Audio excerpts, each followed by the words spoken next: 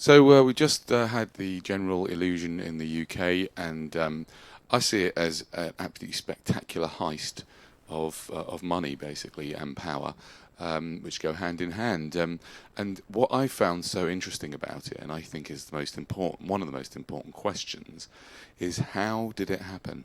How?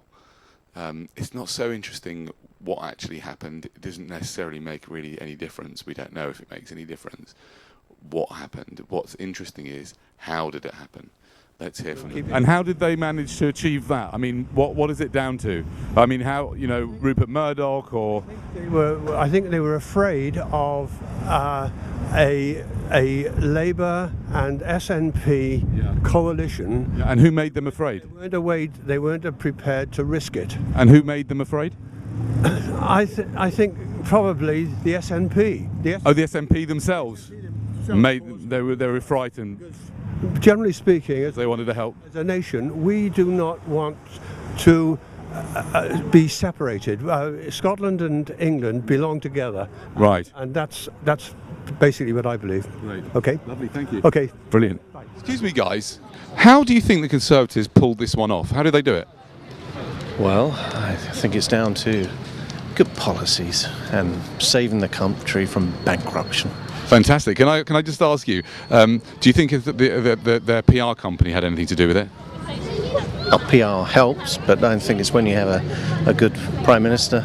Right, but it's not really much to do with the PR. It's about a good Prime Minister. What does he actually do all day? That's a tricky one. Excuse me, sir. Can we ask you a quick question? Far away. Yeah. Can you tell me, how do you think the Conservatives actually pulled this one off? Lack of work from the other parties, to be quite honest. Right, you think it was a lack of work from the other parties? Yeah. No, a very uninspiring campaign all round.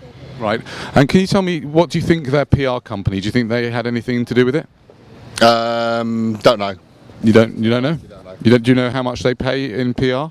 I expect they pay quite a lot, but yeah. It's Yes. a very uninspiring campaign from any of them. So it's more David Cameron, how did he manage to pull this off? Can I come back and do this in a minute? I'm sorry, I'm just in a bit of a hurry. Literally just be 2 minutes. How did he pull it off? I should let me come back in a minute and do it. Yeah. Can you tell us, how do you think David Cameron pulled this one off? What did he do? I think the polls were just all wrong, and he's probably been winning it for a few weeks. How did he do it, though? What's the process? Taking Lib Dem seats and watching Labour collapse in Scotland, I suppose. Yes, but how did he manage to manipulate that? It's his record of the past 5 years, I would imagine, that people tuned into that and saw what he'd done and wanted more of the same. When you say his record for the past 5 years, where did he put that? How did people get to find out about his record?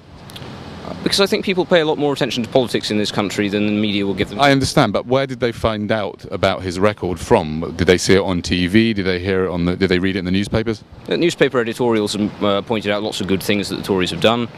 Right. There are lots of websites that they work for you, that sort of thing, where people can find out about the record of particular MPs and parties.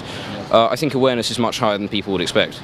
Right, and so, and what part do you think did Rupert Murdoch play in the whole thing? Not any more than Russell Brand did, which is to say very little. He made his endorsement and people decided to take it or not. Do you think Russell Brand has got as much swing or as much power as Rupert Murdoch? He's probably got about the same number of people who read what he has to say. Because... What, you mean, we're not just talking about the Sun, we're talking about the Sun, the Times, yes. Possibly some also influence in the BBC, yes? Okay, Russell Brand has about 10 million followers on Twitter. The Sun and the Times and the Mirror Group put together probably comes to about that number of readers every day, I think. So I don't think... And what Sky? What about Sky? Fox News? I don't know. I never look at Sky. I don't know who does. You don't know who does? Well, they seem to be doing all right. I suppose it is, but... Yeah.